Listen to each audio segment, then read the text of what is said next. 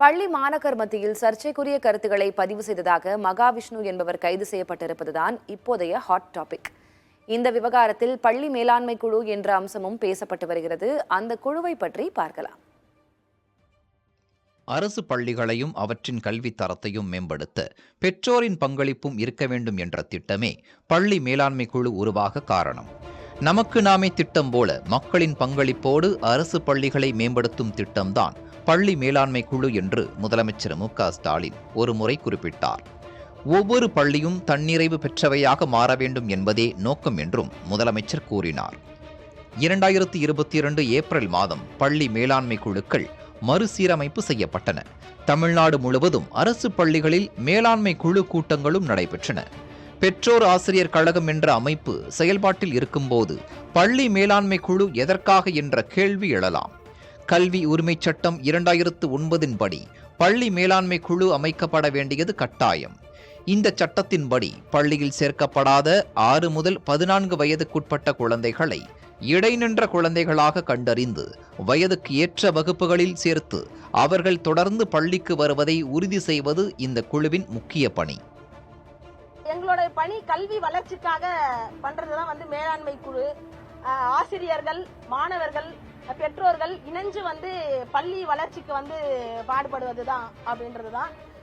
இடைநிற்றல் மாணவர்கள் யாராச்சும் இருந்தாங்கன்னா அவங்க மீண்டும் பள்ளிக்கு வர்றது, பேரண்ட்ஸ் கிட்ட பேசுறது, கல்வி வளாகத்துக்குள்ள ஏதாச்சும் பிரச்சனை நடந்தா ஸ்டூடெண்ட்டுக்கோ ஆசிரியருக்கோ எந்த பிரச்சனை நடந்தாலும் அதுல தலையிடுறதுதான் எஸ்எம்சியோட வேலை.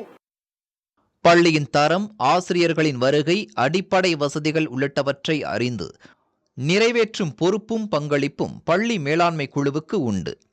தலைமை ஆசிரியருக்கு மட்டும்தான் பள்ளி நிர்வாகம் என்ற நிலை இல்லாமல் பெற்றோருக்கும் உள்ளூர் மக்களுக்கும் நிர்வாகத்தில் பங்களிப்பு இருக்கிறது என்பதை கல்வி உரிமைச் சட்டம் உறுதிப்படுத்துகிறது.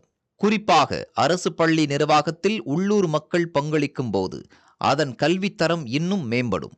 பாலியல் துன்புறுத்தல் உள்ளிட்ட அனைத்து வகை வன்முறைகளில் இருந்தும் பள்ளி குழந்தைகளுக்கு பாதுகாப்பு அளிப்பது, மாற்றுத்திறனாளிகள் மற்றும் குறைபாடுகள் உடைய குழந்தைகளை கண்டறிந்து அவர்கள் கல்வியை தொடர பள்ளியில் வசதி செய்து தருவது, அரசு வழங்கும் சத்துணவு, சீருடை, பாடநூல்கள் உள்ளிட்டவை மாணாக்கருக்கு முழுமையாக கிடைப்பதை உறுதி செய்வது போன்றவையும் பள்ளி மேலாண்மை குழுவின் பணியாக இருக்கிறது. இந்த குழுவில் அந்தந்த பள்ளியில் பயிலும் மாணவரின் பெற்றோர் ஒருவர் தலைவராக இருப்பார். மாற்றுத்திறனாளி மாணவரின் பெற்றோர் துணைத் தலைவராக இருப்பார். மேலும் பெற்றோர், ஆசிரியர், உள்ளாட்சி பிரதிநிதிகள் என மொத்தம் 20 பேர் உறுப்பினர்களாக இருப்பார்கள். உறுப்பினர்களில் குறைந்தபட்சம் 10 பேர் மகளிராக இருக்க வேண்டும். பள்ளியின் தலைமை ஆசிரியர் குழுவின் ஒருங்கிணைப்பாளராக இருப்பார். இந்த குழுவினர் வாரந்தோறும் பள்ளியை நேரில் பார்வையிட வேண்டும். மாதம் ஒரு ஆலோசனை கூட்டம் நடத்த வேண்டும். கூட்டத்தில் பள்ளியின் தற்போதைய நிலை, தேவையான வசதிகள் குறித்து ஆலோசனை நடத்த வேண்டும். எடுக்கப்பட்ட தீர்மானங்களை ஆவணப்படுத்த வேண்டும்.